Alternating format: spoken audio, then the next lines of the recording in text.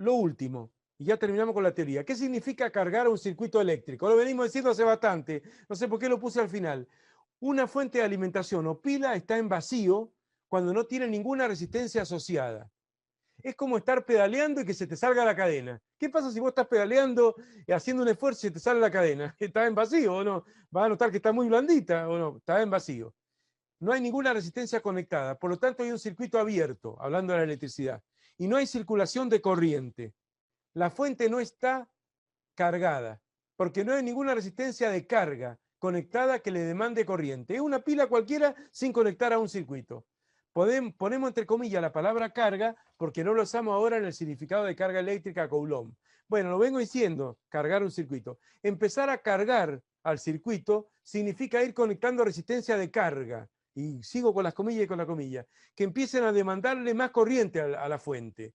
Cargar la red domiciliaria y te enchufo el ventilador y te enchufo el aire acondicionado y te enchufo el equipo de música y el televisor y eso es cargar un circuito, ¿o no? Le voy sumando casi siempre que se cargan circuitos, se hace mediante resistencia conectada en paralelo entre sí, de modo que cada una de ellas soporte la tensión o diferencia de potencial de la fuente o de la red domiciliaria. Por ejemplo, en la instalación eléctrica domiciliaria, todos los artefactos eléctricos se van conectando en paralelo para que todo reciba la misma tensión de la red 220 volt, ¿no?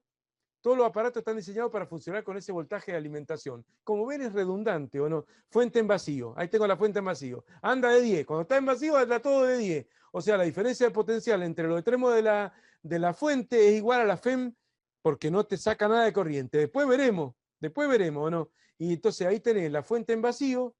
Acá tenés la fuente en vacío. La fuente con una carga. Y bueno, ahí le empezás a sacar corriente. Cuando le empezás a sacar corriente, ¿qué pasa? Tenés una caída de potencial acá, más menos, porque la corriente circula así, más menos, más menos, más menos. Entonces la diferencia de potencial efectiva entre A y B es un poco menor, porque la pila te ayuda a hacer A más positivo que B, pero esta caída te juega en contra, porque te hace a B más positivo que A. Bueno, se restan. Y tenés una cierta B. Y acá tenés un circuito muy cargado. Cuando el circuito está muy cargado, tenés una resistencia equivalente muy chica y por lo tanto se chupa mucha corriente. O sea que cargar un circuito es ofrecerle una resistencia equivalente cada vez más y más chica, cada vez más y más chica, porque cada vez más y más gente o más y más electrodomésticos vas cargando. Mientras más artefactos o resistencias conectadas en paralelo, más se carga el circuito. Se le extrae más corriente y por ello se le ofrece una resistencia equivalente menor. Recordar que al asociar resistencia en paralelo, la resistencia equivalente va disminuyendo. Es menor que la menor siempre. Se consumirá más energía eléctrica. Desde el punto de vista de la potencia, más potencia, B por I. En la práctica hay pocos ejemplos de asociación en serie de resistencias. Uno es el caso de la guirnalda de luces intermitentes que se adornan los arbolitos de Navidad.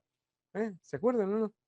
Le voy a agregar algo a este modelo de los arbolitos de Navidad. Le falta el par bimetálico, ¿o no?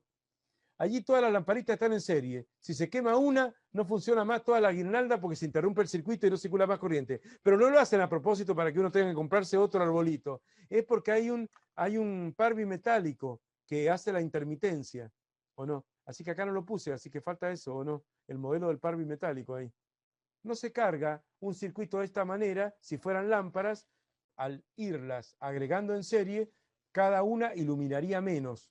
Además de la desventaja de tener que interrumpir el circuito para realizar la nueva conexión. Va a poner un foco nuevo, tener que apagar la luz de todos los focos. Bueno, es una conexión bastante incómoda. Sería imposible controlar la tensión en bornes que hay sobre cada resistencia, dado que la tensión de alimentación se va dividiendo entre tantos elementos como cargas haya. No conviene. Bueno, ahí termina la teoría.